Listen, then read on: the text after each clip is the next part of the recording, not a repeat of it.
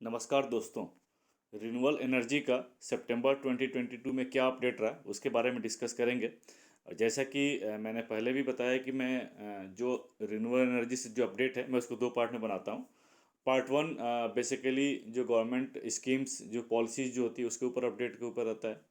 Investment हो गया, regulatory update रहा, वो पार्ट वन में कवर करता हूँ। और जो पार्ट टू है, जो भी आज की डेट में जो प्रेजेंट वीडियो बना रहा हूँ, वो टेंडरिंग से रिलेटेड है। और क्या जनरेशन है रिन्यूएबल एनर्जी का उसके बारे में, क्या इंस्टॉल कैपेसिटी हुई रिन्यूएबल एनर्जी की इस पर्टिकुलर मंथ में, और एक पावर समरी मैंने एक नया इंट्रोड्यूस किया इस मंथ से, तो उसके बारे में डिस्कस करेंगे। सबसे पहले हम टेंडर की बात करते हैं। तो टेंडर को मैं तीन पार्ट में डिवाइड करता हूँ। एक तो डेवलपर मोड में। डेवलपर मोड का मतलब ये होता है कि जो टेंडर्स निकलते हैं सीधे टैरिफ बेस्ड बिडिंग पे बिडिंग होती है, और उसमें डेवलपर मतलब उसको डेवलपर मोड में बोला जाता है कि डेवलपर जो है प्रोजेक्ट लगाएगा और उस टैरिफ कोट करेगा। सेकंड जो इसमें जो कैटेगरी रखी है मैंने, वो है ईपीसी मोड। ईपीसी मोड में ये जनरली जो गवर्नमेंट एजेंसीज होती हैं, जो उसको जिनको प्रोजेक्ट एग्जीक्यूट कराना होता है, तो वो ईपीसी मोड के थ्रू प्रोजेक्ट एग्जीक्यूट कराती हैं। और थर्ड कैटेगरी जो है रूफटॉप सोलर और स्मॉल स्केल कैटेगरी का है ये। तो डेवलपर मोड में बात करते हैं। तो डेवलपर मोड में जो मेनली जो है 6 टेंडर निकले थे। जो फर्स्ट टेंडर है सेकी का है, solar energy corporation of India, SECI का था। और ये हाइब्रिड में निकला है, रिन्यूएबल एनर्जी विद स्टोरेज, जिसको कि आरटीसी 3 नाम से दिया गया है। आरटीसी का मतलब होता है राउंड द क्लॉक 3। और ये पैन इंडिया बेसिस पे। पैन इंडिया बेसिस का मतलब ये होता है कि इसमें डेवलपर जो है they are free to set up anywhere in India. जो कनेक्शन करेंगे, जो ट्रांसमिशन कनेक्टिविटी होती है मेनली, वो आईएसटीएस सब स्टेशन से कनेक्ट करते हैं, सो दैट कि power can be transmitted to anywhere in India. और अभी जो आज की डेट में जो आईएसटीएस चार्जेज हैं, वो 2025 तक अगर हम लोग प्रोजेक्ट कमीशन कर लेते हैं तो उसमें फ्री होता है।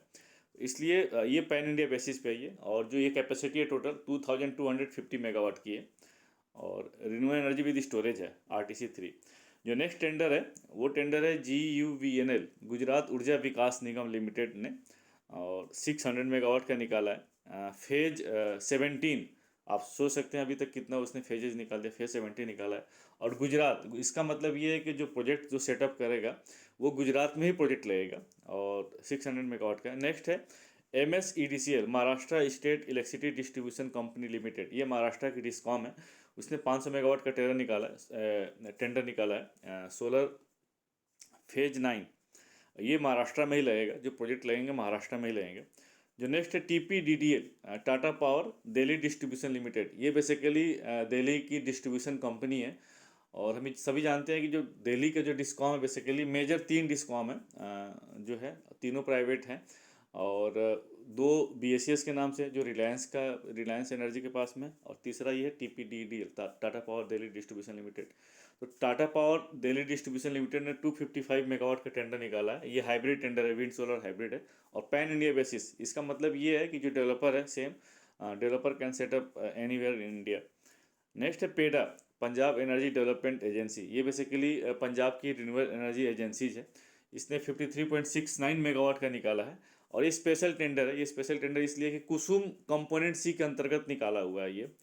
बेसिकली हम सभी जानते हैं कि कुसुम जो government of India, ministry of new and renewable energy की स्कीम, उसमें 3 कंपोनेंट है। Component A, component B, component C. जो कंपोनेंट ए है वो डिसेंट्रलाइज में 2 मेगावाट से 500 किलोवाट से 2 मेगावाट के प्रोजेक्ट लगा सकते हैं।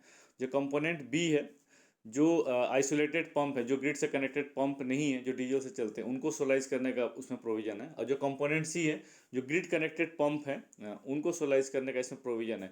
तो कंपोनेंट सी को भी दो पार्ट में डिवाइड किया हुआ है। एक तो इंडिविजुअल पंप को सोलाइज करना है, प्लस एक फीडर लेवल पर उसमें उसको सोलाइज करना है।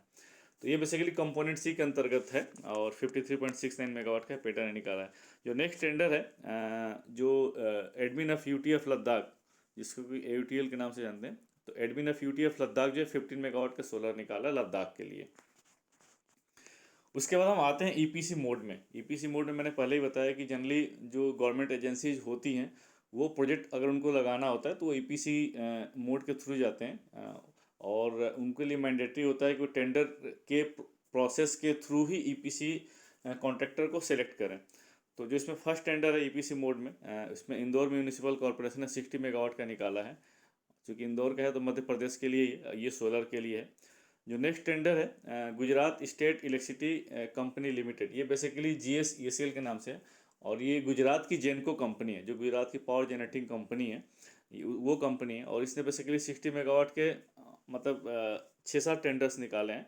एक तो 18 मेगावाट का सोलर के लिए निकाला है भावनगर के लिए, दूसरा 12 मेगावाट का निकाला है, और ये सारे इंडिविजुअल टेंडर्स हैं। 12 मेगावाट का निकाला है, प्लस एक 11 मेगावाट का निकाला है, प्लस एक 10 मेगावाट के 3 टेंडर निकाले हैं ईच। मतलब ये राजकोट में लगेगा 10 मेगावाट, सुरेंद्र नगर में 10 मेगावाट लगेगा और अमरेली में 10 मेगावाट लगेगा। तो टोटल बेसिकली इन्होंने 6 टेंडर निकाला है टोटल 60 मेगावाट का।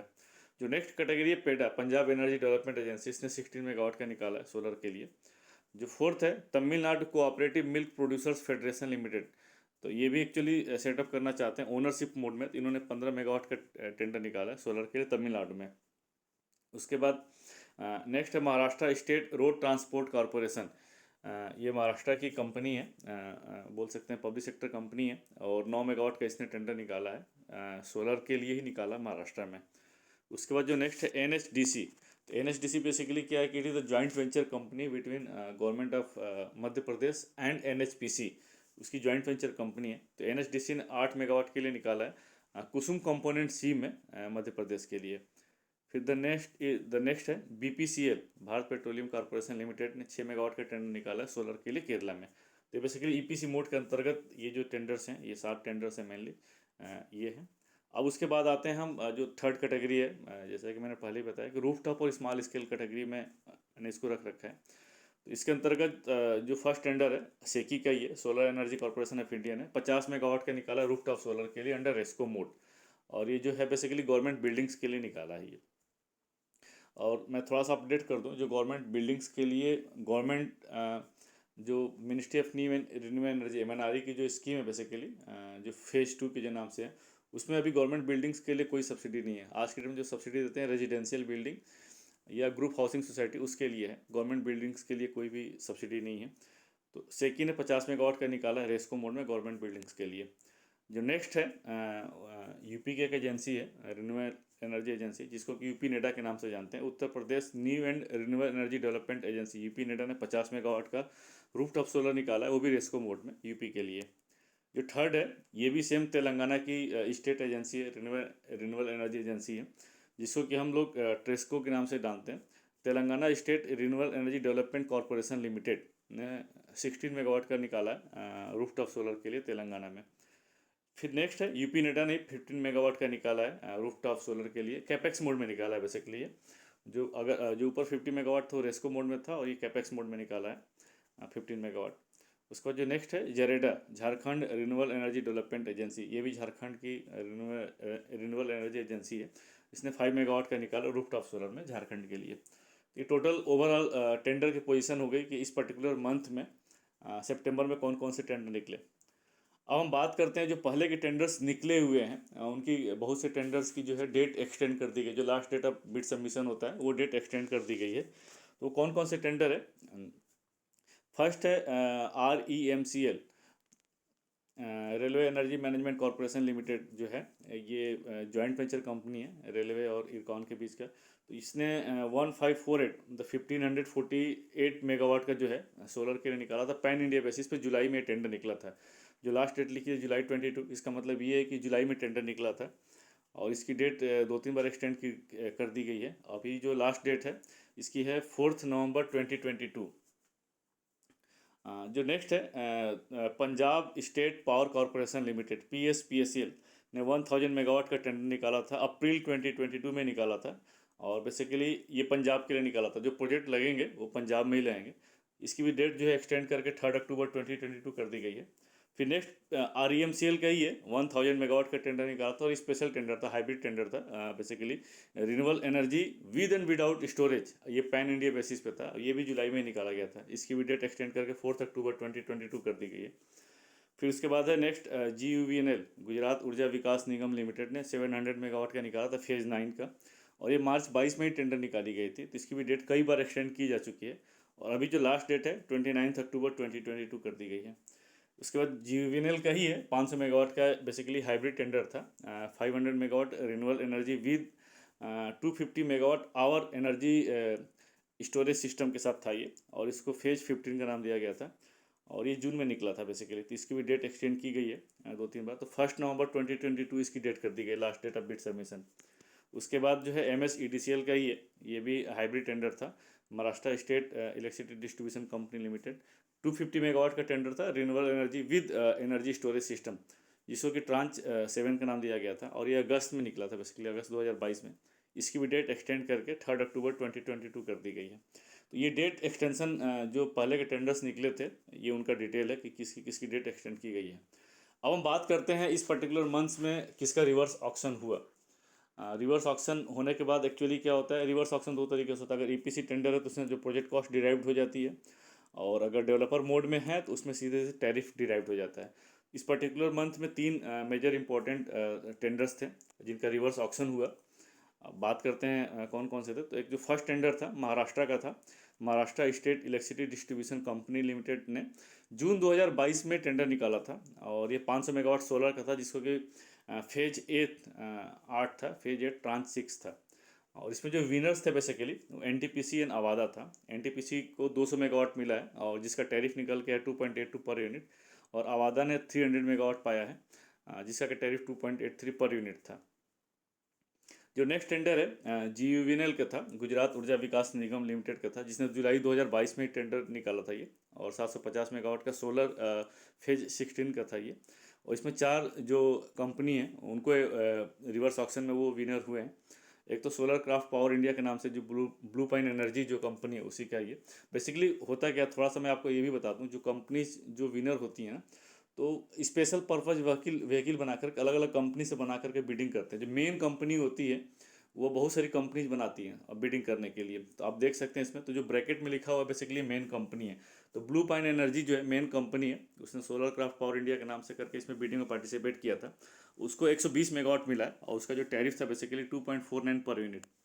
इसी तरीके से जो नेक्स्ट है सोलर डायरेक्ट एनर्जी, वो एंगी जो कंपनी है मेन कंपनी, ये फ्रेंच बेस्ड कंपनी है, उसको 200 मेगावाट मिला है, और टैरिफ जो था 2.5 पर यूनिट था। Tata power renewable energy limited ने को 300 मेगावाट मिला है, और इसको टैरिफ 2.65 पर यूनिट है। और उत्कृष्ट सोलर एनर्जी जो UPC रिन्यूएबल्स हैं, उसका ही कंपनी है ये, उसको 130 मेगावाट मिला है, और उसका टैरिफ 2.66 पर यूनिट। थोड़ा सा मैं आपको यहाँ पर बता दूँ, देखिए इसमें टैरिफ में डिफरेंस है। आप देख सकते हैं 2.49 2.5 के साथ साथ सीधे 2.65 का डिफरेंस है, मतलब 15 पैसे का डिफरेंस है। जनरली ऐसा होता नहीं है रिवर्स ऑक्शन में, बट थोड़ा सा मेरे को यहाँ पर वो लग रहा है कि मतलब इतना क्यों डिफरेंस आ रहा है। रिवर्स ऑक्शन में इतना डिफरेंस होता नहीं है, 1 पैसा 2 पैसा इतना ही डिफरेंस हो सकता है। तो ये बेसिकली GUVNL का 750 मेगावाट का था, जिसमें 4 कंपनीज को ये प्रोजेक्ट जो है रिवर्स ऑक्शन में इन्होंने लोवेस्ट कोट किया है। और रिवर्स ऑक्शन के बाद फिर क्या होता है कि 1 महीने के अंदर फिर LOI प्लेस करते हैं, लेटर ऑफ इंटेंट प्लेस करते हैं। उसके बाद सारा डॉक्यूमेंटेशन प्रोसेस हो जाता है, उसके बाद फिर फर्दर जो है PPA साइन किया जाता है। तो ये प्रोसेस है। फिर जो नेक्स्ट बेसिकली जो टेंडर था वो रमसल का था। ये रमसल बेसिकली है तो MP की ही एजेंसी, बट ये गवर्नमेंट ऑफ MP एंड सेकी की जॉइंट वेंचर कंपनी है, जो कि वहाँ पर सोलर पावर पार्क जो मध्य प्रदेश में डेवलप कर रही है, प्लस साथ साथ ये बिडिंग भी कराती है मध्य प्रदेश के लिए। तो रमसल ने जो 750 मेगावाट का टेंडर निकाला था अप्रैल 2022 में, और ये हाइब्रिड टेंडर था, विंड सोलर हाइब्रिड टेंडर था ये। और इसमें भी 4 कंपनियों को जो रिवर्स ऑक्शन में जो लोवेस्ट उन्होंने रेट कोट किया है, तो जिनको मोस्ट लाइकली LOI प्लेस किया जाएगा। तो 4 कंपनी कौन कौन है, तो एक स्प्रिंग ओजास प्राइवेट लिमिटेड है, उसको 160 मेगावाट मिला है 3.03 पर यूनिट पे। जो नेक्स्ट है Tata power renewable energy limited को 200 मेगावाट मिला है, उसका टैरिफ है 3.03 पर यूनिट। फिर नेक्स्ट है रिन्यू सोलर, उसको 300 मेगावाट मिला है 3.03 पर यूनिट। और जो उसके बाद नेक्स्ट है TQ ग्रीन पावर, जो कि O2 पावर की कंपनी है बेसिकली, उसको 90 मेगावाट मिला है, और इसका जो टैरिफ है 3.05 पर यूनिट। आप देख सकते हैं टैरिफ जो है बेसिकली 3.03 से 3.04 के बीच में ही है। तो ये इस पर्टिकुलर मंथ में बेसिकली सितंबर में जो 3 मेजर टेंडर थे उनकी रिवर्स ऑक्शन का ये रिजल्ट है। अब हम बात करते हैं बेसिकली इस पर्टिकुलर मंथ मतलब सितंबर का डेटा तो अभी नहीं आ पाता है, थोड़ा सा लेट अपडेट होता है, इसलिए 1 मंथ पुराना ही डेटा अपडेट किया जाता है। जिस मंथ में आपने देखा होगा मेरा पहले की वीडियो में भी। तो हम अगस्त 2022 की बात करेंगे। तो अगस्त 2022 में कितनी कैपेसिटी लगी, तो टोटल जो कैपेसिटी लगी अगस्त 2022 में 1640 मेगावाट लगा है, जिसमें कि सोलर में मेनली सोलर में लगा 1328.9 मेगावाट लगा है, और विंड में 311.35 मेगावाट लगा है। तो टोटल जो कैपेसिटी लगी अगस्त में 1640 मेगावाट लगी। और इसको अगर मिला लेते हैं तो रिन्यूएबल एनर्जी में टोटल जो कैपेसिटी हो जाती है वो कैपेसिटी हो जाती है 1,62,927 मेगावाट हो जाती है। अगर इसको गीगावाट में बात करें तो 162.9 गीगावाट कैपेसिटी हो जाती है। और इसको अगर हम लोग बाइफर्केट करें तो सोलर में 59.3 गीगावाट हो जाती है, और विंड में 41.2 gigawatt, biomass power cogeneration में 10.2 गीगावाट, वेस्ट टू एनर्जी में 476 megawatt, 1000 megawatt is equal to 1 gigawatt, इसलिए आप कन्फ्यूज मत करिएगा। स्मॉल हाइड्रो पावर प्लांट में 4.8 गीगावाट और लार्ज हाइड्रो में 46.8 गीगावाट। टोटल कैपेसिटी जो हो जा रही है रिन्यूएबल एनर्जी की, और आजकल जब हम रिन्यूएबल एनर्जी की बात करते हैं तो उसमें लार्ज हाइड्रो भी आ जाता है। तो renewable energy including large hydro total जो कैपेसिटी है आज की डेट में 162.9 गीगावाट। अगर हम मेगावाट टर्म्स में बात करें तो 1,62,927 मेगावाट। और ये तो केवल रिन्यूएबल एनर्जी का था। अब हम टोटल सारे कैपेसिटी की बात करें, ऑल इंडिया इंस्टॉल कैपेसिटी जिसमें कि थर्मल न्यूक्लियर को मिला के अगर बात करें तो टोटल जो कैपेसिटी हो जाती है ऑल इंडिया इंस्टॉल कैपेसिटी जो पावर की है वो है 4,05,773 मेगावाट, मतलब 405.7 गीगावाट, मतलब 405.7 गीगावाट हो जाती है, जिसमें कि अभी भी मेजॉरिटी जो है आपकी थर्मल की है। और थर्मल की जो टोटल कैपेसिटी है वो है 2,36,065 मेगावाट। अगर हम लोग गीगावाट टर्म्स में बात करें तो 236 गीगावाट हो जाती है, जो कि टोटल इंस्टॉल कैपेसिटी का 58.18% हो जाता है। न्यूक्लियर है 6,780 मेगावाट, जो कि 6.78 गीगावाट हो जाती है, और ये टोटल इंस्टॉल कैपेसिटी का 1.67% है।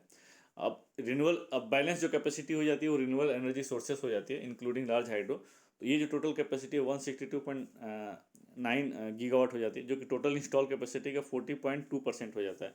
और रिन्यूएबल एनर्जी को अगर हम लोग बाइफर्केट करें तो आप अभी जस्ट मैंने अपडेट भी किया था, जिसमें लार्ज हाइड्रो का टोटल जो शेयर है इंस्टॉल कैपेसिटी का 11.55, सोलर का है 14.61, विंड का 10.15%, स्मॉल हाइड्रो प्लांट का 1.2% और बायो का 2.63%। टोटल इंस्टॉल कैपेसिटी का शेयर है ये। तो आप देख सकते हैं नंबर 1 पे 58.18 के साथ साथ आपका थर्मल है, और सेकंड पोजीशन पे जो हम बात कर सकते हैं सोलर है 14.61, उसके बाद लार्ज हाइड्रो है 11.55, फिर विंड है 10.15। ये बेसिकली इंस्टॉल कैपेसिटी का परसेंटेज है। अगर हम लोग जनरेशन में बात करें तो मोस्टली अभी आज की डेट में जो जो जनरेशन है उसका मोर देन 70% जो है थर्मल से ही आता है। थर्मल जो है प्लांट होते हैं उसका जनरेशन का मोर देन 70% थर्मल से ही हम लोग पाते हैं। अब हम बात करते हैं पावर समरी रिपोर्ट अगस्त में। तो ये बेसिकली जो डेटा है ये पोसोको से लिया हुआ है, और अगर हम लोग अगस्त में बात करें तो टोटल जो पीक डिमांड रही इस पर्टिकुलर मंथ में अगस्त में, तो पीक डिमांड रहा 1,91,235 मेगावाट। और अगर हम लोग रीजनल वाइज करें तो टोटल 5 रीजन में डिवाइड किया गया है। तो रीजन वाइज जो पीक डिमांड होती है वो वेरी कर जाती है, लेकिन वन एट ए टाइम जो टोटल अगर पाँचों रीजन में जो सबसे अगर पीक डिमांड की बात करें तो ये रहा 1,91,235 मेगावाट। अगर हम लोग जुलाई से कंपेयर करते हैं जुलाई 2022 से, तो ये फिगर जो है बढ़ गई 1.44% है। जुलाई में जो पीक डिमांड थी बेसिकली 1,88,514 मेगावाट थी। और अगर हम लोग पिछले साल से बात करते हैं अगस्त 2021 से बात करें तो उससे भी 0.3% बढ़ गई है। जो अगस्त 21 में जो पीक डिमांड थी वो था 1,90,660 मेगावाट। तो ये बेसिकली पीक डिमांड की बात होगी। पीक डिमांड का मतलब होता है कि at a particular time total कितनी डिमांड रही, ये उसको बताता है। और हम एनर्जी की बात करते हैं तो इस पर्टिकुलर मंथ में टोटल एनर्जी कितनी मीट किए, तो टोटल जो मीट किए जो अगस्त में तो वो था 1,30,354 मिलियन यूनिट्स। और अगर हम लोग जुलाई से कंपेयर करते हैं जुलाई 2022 से तो 1.53% जो है एनर्जी हमारी जो है बढ़ गई। जुलाई 2022 में 1,28,389 मिलियन यूनिट्स था, और हम लोग अगस्त 2021 से कंपेयर करते हैं तो भी बढ़ गए 0.65% बढ़ गई। जो अगस्त 2021 में था जो टोटल एनर्जी जो मीट किए थे वो था 1,29,516। और अगर हम एवरेजिंग करते हैं मतलब एवरेजिंग का मतलब होता है कि एक तरह से एवरेज हो गया कि पर डे हमारी कितनी एनर्जी की रिक्वायरमेंट रही।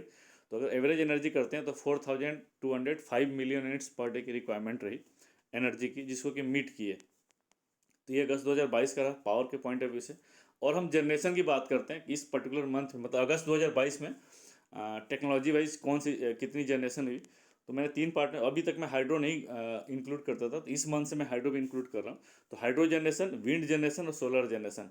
अगर हम लोग हाइड्रो जनरेशन की बात करें तो टोटल जो जनरेट हुई हाइड्रो से वो था 24,725 मिलियन यूनिट्स रहा। और अगर हम लोग पिछले जुलाई 2022 से कंपेयर करेंगे तो ये जो है ये बढ़ गई जनरेशन 17.38%। जुलाई में जो फिगर थी बेसिकली 21,064 मिलियन यूनिट्स था। और हम लोग अगस्त 2021 से मतलब पिछले साल अगस्त से कंपेयर करते हैं तो उससे भी 11.22% बढ़ गई। उस समय जो टोटल कैपेसिटी जो जनरेट हुई थी एनर्जी वो थी आपकी 22,230 मिलियन यूनिट्स। और अगर हम लोग एवरेजिंग की बात करें, एवरेज कर दें इसको मतलब मंथ से, मतलब जितने टोटल ऑफ जो जनरेशन है उसको divided by number of days in a month अगर कर देते हैं तो एवरेज जो मंथली जो हाइड्रो जनरेशन रही वो 798 मिलियन यूनिट्स पर डे रहा। अब हम बात करते हैं विंड जनरेशन की सेम। तो विंड जनरेशन जो है अगस्त में जो टोटल जो जनरेशन हुई विंड के थ्रू वो थी 8,763 मिलियन यूनिट्स रहा। और अगर हम लोग अगस्त से बात करते हैं तो अगस्त से ही डिक्रीज़ कर गया 13.06%। और अगर सेम अगर अगस्त 2021 से बात करते हैं तो उसमें भी डिक्रीज कर गया 0.76%। तो अगर उसका रीज़न ये है कि जो जुलाई अगस्त जो है या ये बेसिकली विंडी सीजन होता है और डिपेंड करता है कि विंड का प्रोफाइल क्या रहा। तो जुलाई में प्रोफाइल विंड का जनरली बहुत सही रहता है, मानसून सीजन रहता है तो उसमें विंड की जनरेशन काफ़ी अच्छी होती है। और इसका अगर हम लोग एवरेजिंग करते हैं तो सेम वही एवरेज मंथली जो विंड की जनरेशन रही 283 मिलियन यूनिट्स पर डे रहा। अब बात करते हैं सोलर जनरेशन की।